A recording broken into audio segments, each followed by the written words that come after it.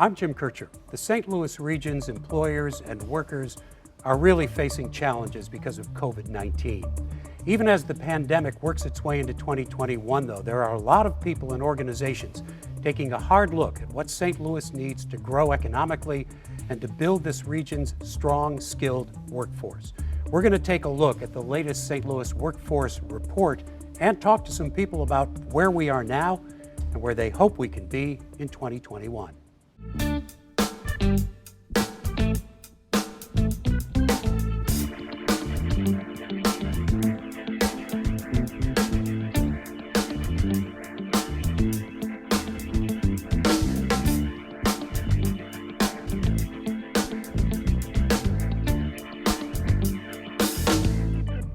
In November, St. Louis Community College released its 2020 State of the St. Louis Workforce Report, virtually. So good morning, everyone. It's so great to be with you all today, albeit virtually. This is the 12th report done by the college, and for more than a decade, it has provided insights about our economy, workforce trends, and has tracked the recovery, growth, and challenges of our region's jobs. But 2020 is different. We really needed to understand how this pandemic was affecting employers, how it was impacting those looking for work, and the ability to have a year-to-year comparison from our all-industry survey last year was just critical, so we adjusted. They surveyed more than 540 mostly small to medium-sized businesses across sectors in an effort to understand the short-term impact of the COVID-19 pandemic on the region's employers and workforce. And joining us is the Chancellor of St. Louis Community College, Dr. Jeff Pittman. You guys have been doing these reports for a number of years. This has got to be a weird year to do this report. Absolutely. Definitely nothing that any of us could have fathomed as we are now in our 12th year of developing this report. But we know how critical this information is to the region, and we wanted to go ahead and publish a report this year. Challenging as it was to get it to the finish line, we did it, and now it's available. Why was it important this year? I mean, this could be a throwaway year in the big picture. So why did you work so hard to get it this year? The employers, I think, in many ways rely on this information, as does colleges and universities in the region, to help us understand the situation that employers are in with their workforce. And so we made the decision to go ahead and conduct the research, collect information from employers, and publish the report because we just wanted to see what the impact would be of the pandemic on employers, particularly given the high unemployment rate, and what needs they may have in developing and finding a qualified workforce. So what would you say are the key findings? This is a long report, but could you zero in on a couple of things? Absolutely.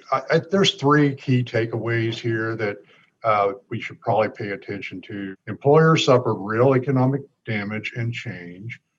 Many showed strong resilience, even though they were in the midst of a pandemic, and adapted to new conditions. And then there was surprising optimism for the future, which really was glad to hear that and find that in the report. There's a couple of factors in that optimism that I wanted to ask about. There were a lot of businesses that didn't answer their phones because they're not in business anymore. So is the optimism coming from the survivors? And also, were they maybe more optimistic months ago than they might be during this current spike?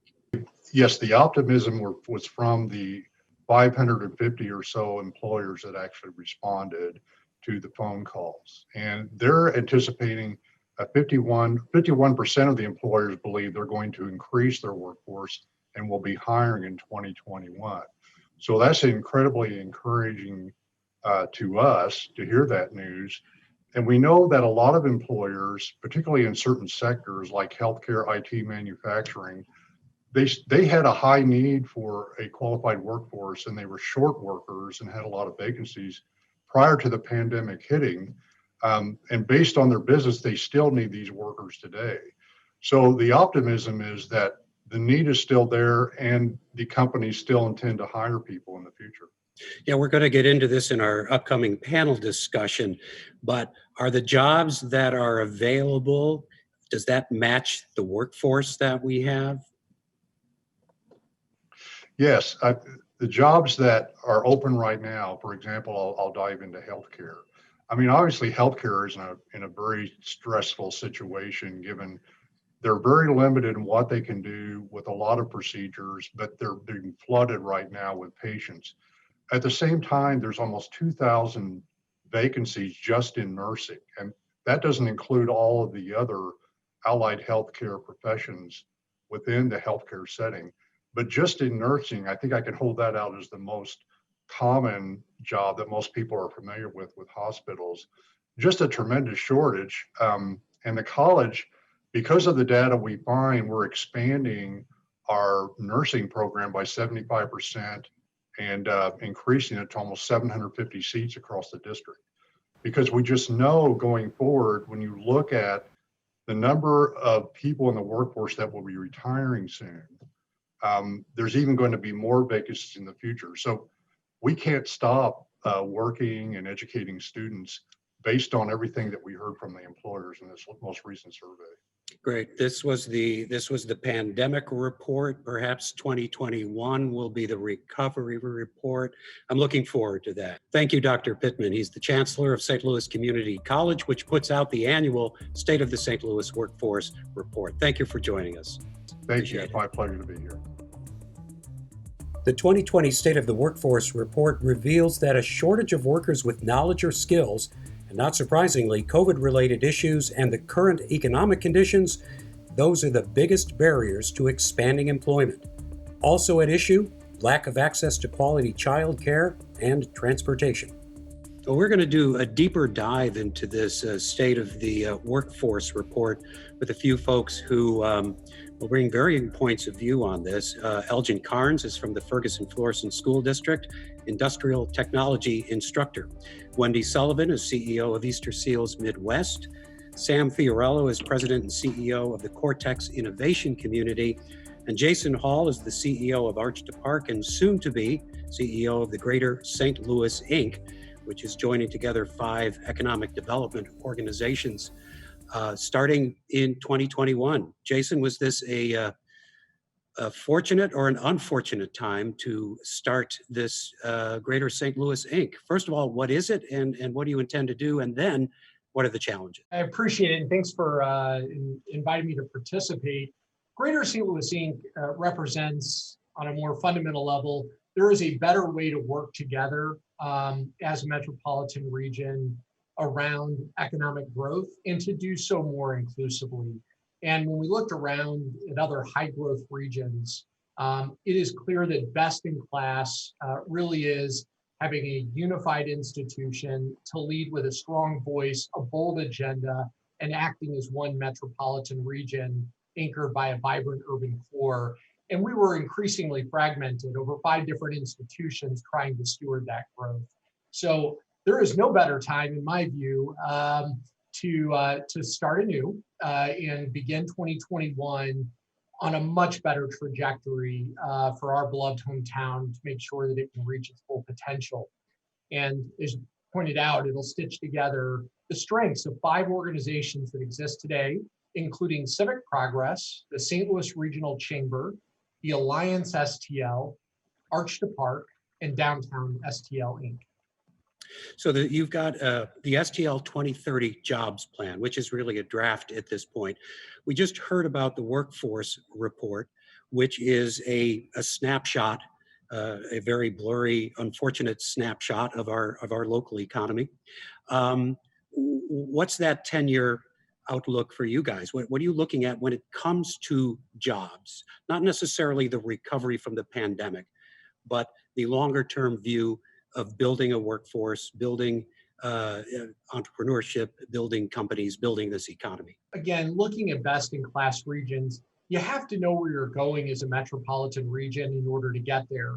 And the St. Louis Metro, I think, is probably the only top 20 metro in the United States that hasn't had a unified jobs plan for the metropolitan region in over a decade. And so this work that has been produced and is out with community engagement and feedback now lays down some of those shared priorities that we can work together as a metropolitan region to move forward, including things recognizing we have to steward inclusive growth. There are choices we're going to have to make as a region and having an institution that can lead it. We have to strengthen the urban core of this metropolitan region. As Bruce Katz points out in the report, if we had stayed on course, St. Louis, as other metropolitan regions had, there would be 130,000 more jobs in the urban core of St. Louis, jobs that are more accessible, promote innovation, and we've got a long way to go. We need to focus on those high growth industry sectors where St. Louis can be globally excellent. Yeah, so Sam Fiorello from Cortex, this is all about new businesses, collaboration, high tech, entrepreneurs. What's the outlook? But again, we'll take both of these. What's this immediate situation in terms of how badly this local economy has been hurt? And of course, we have to keep in mind that almost every urban area and rural area has been hurt in one way or another. But short-term and long-term for you, Sam, and Cortex, what's the outlook for you? And let's zero in on the kinds of jobs that we need to have, the kind of workforce we need to have. So, Jim, thanks for inviting me to be part of this important discussion. One of the things is I started this job on March 30th, and the pandemic had really put the clamps down on activities here, and it's a very different place than normal. But it has afforded me time to really rethink everything and what's Cortex's future going to look like. And as I work through sort of a strategic plan, it's fraught with danger in a time of uncertainties. We don't know what the new normals are going to be. However, we do know that yesterday, talent was the currency of tech jobs, both for companies and for region.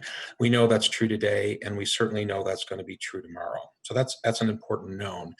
And if we can't figure out the talent piece, we're not going to drive growth on an individual company basis or on a Cortex district basis, and most importantly on a regional basis. So it's incumbent on us to figure out the talent solution. And as I've talked to CEOs of companies throughout the region and asked them, what are your biggest pain points to moving forward? And they almost all list these three. First is I need to find talent on board to meet my growing needs. And if not, my company's going to stagnate. Two, I need to have access to lifelong upskilling and learning so that my employees can move up the ladder to higher and higher positions in the company and also adjust to technological changes. And three, I want to have a more diverse workforce. And those three things that are pain points, it's incumbent on us to figure out a way to put together the three pillars of talent: the supply side, the training side, and the demand side and jobs. And I hope to have Cortex right in the middle of that to serve as that kind of a convener for the region and to really drive this talent growth and do it in a way that's much more inclusive than it has been done, so that the workforce in our region and in Cortex will look a lot more like the distribution of people in our region: people of color, gender diversity, neurodiversity, and on and on. So yeah, so I want to ask Elgin Carnes with Ferguson-Florissant School District and a industrial technology instructor. You're providing the supply to a great extent. So yeah, to the demand that's going on. As I get into things, I'm really starting to get into how to get kids prepared for the workforce. I'm really finding that to be a passion for myself, and going forward, obviously it's something that we need in our communities. It is difficult right now in this time, just like everybody else, going virtual, having to do things in that manner, having to have our students make that adjustment on the fly. But I think it's something I'm always explaining to students is that this is no different than the real world as far as in the workforce or just, in everyday life, that we have to make adjustments all the time. And so I think on one hand, it's been a struggle, But I think on the other hand, it's out of everything, there's some good that comes out of it, because I think that for all the organizations that are represented here right now, these are some of the tools and things that our students and young people need to have, is being able to operate in any type of environment, especially a technical environment. And so, And yes, there's a huge demand, and anybody join in here with me, for skilled workers. I mean, that to me, if I read the report, there are jobs, there are people hiring, but many people are wanting skills, some training, some experience, or if not the experience, at least the training to move into a situation where they can get into that. Is that a big issue, not just for your students, but for the other folks in the community who are trying to fill these jobs? it's a challenge because everything you just named are situations where you have to be in an environment where you can get that hands-on experience if you're going to do a trade or things of that nature. I think those entities are struggling as well, because once again, everybody's fighting for just like was mentioned earlier, everybody's fighting for that talent. And so, they're not looking for that middle-aged talent, they're looking for that young talent. And so trying to steer our students in that, and just young people in general, trying to steer them in those directions is a challenge, number one, but there is a lot of opportunities, I think, in those areas.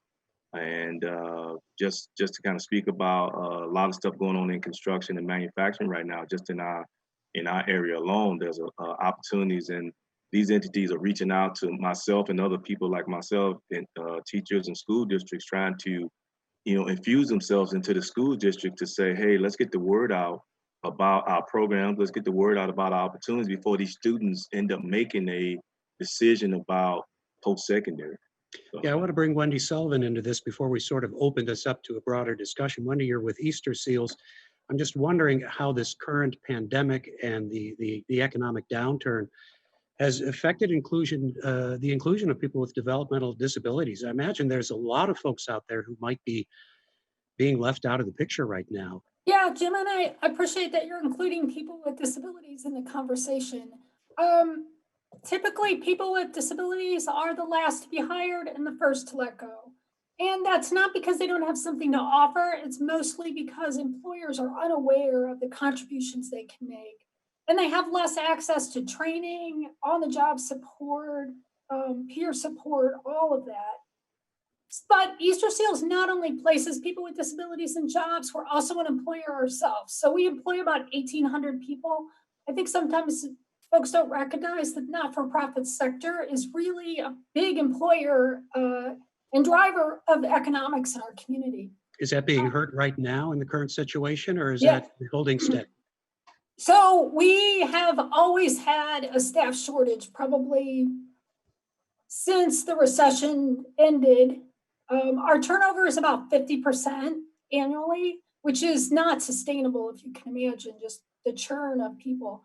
Our wages are low, and that's because we're funded by government, by state government, and they set the contract rate. We don't set the rate. So we're starting people at $12 an hour.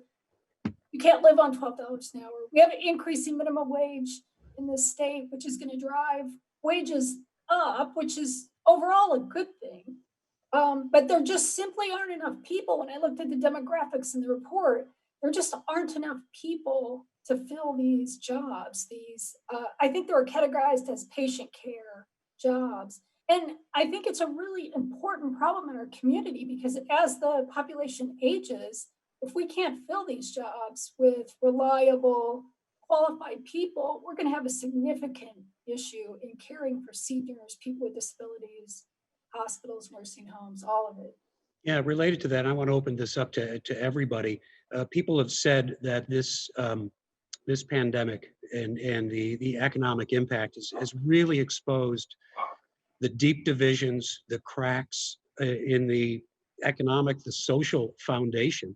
Those divisions and cracks already existed. People have said they are really, really widened out here. Jason, you're shaking your head. How significant is that? There's a lot of haves, there's an awful lot of have-nots right now in a way that maybe we haven't seen quite so dramatically. Well, we know based on the numbers that, the impacts of the COVID pandemic have had a disproportionate impact on Black and brown-owned businesses throughout this country, and that includes this region. I think it's exposed us to some of the inequities, that are expressed in different health outcomes and the social determinants of it. So I think it has made it even more transparent, the lived reality, though, that many people in our community face every day. That reality existed, and it exists. I think what is giving me hope is that it is bringing people together, and you see this in how we're bringing Greater St. Louis Inc. and in the 2030 Jobs Plan to focus on a more intentional, inclusive development paradigm, because we could grow, which St. Louis must do. We are falling behind our peers in growth. But if we don't do so in an intentionally inclusive way that addresses those disparities and inequities, we're not going to be better off. I mean, we've got to benefit the residents of this region today.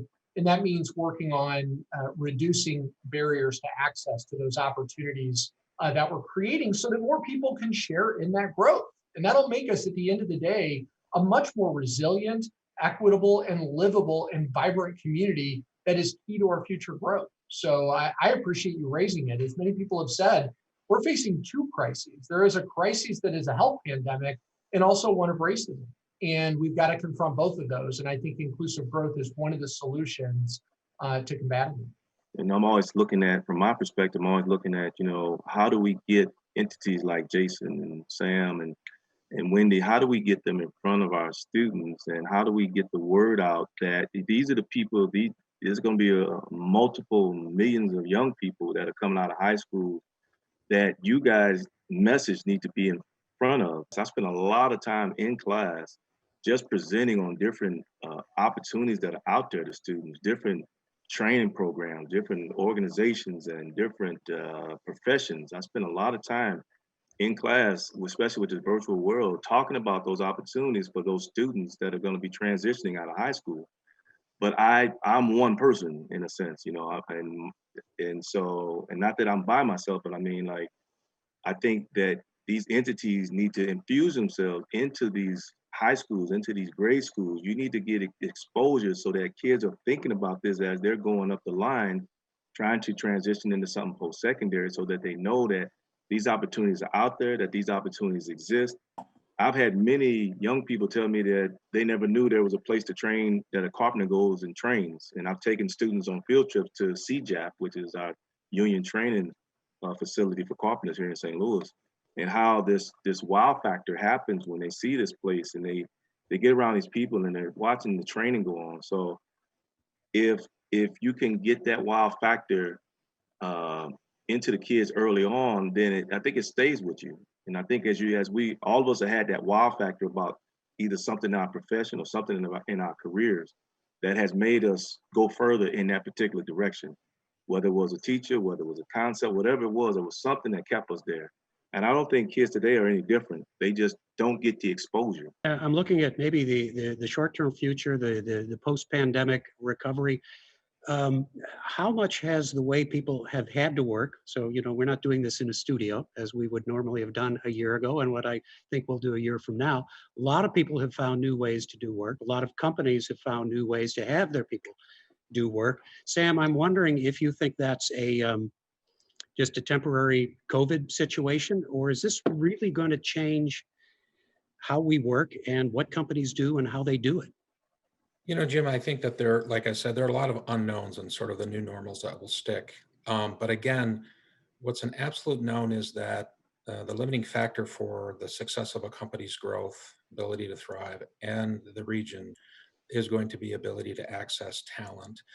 And the good news in all of these things we talk about is if St. Louis can figure out a way to do this at scale, and by this I mean take underemployed, unemployed students in Elgin's classes and get them trained, whether it's in a 6-month training program, a 2-year training program, whatever is suitable, and into these companies that are desperate for trained workforce. And if we can figure out how to do that at scale, it will give St. Louis a competitive advantage. So it will not only mean that our local companies will thrive, but we'll be able to recruit companies from other parts of the country that are having the same pain to say, I want to go here. And here's a real live example.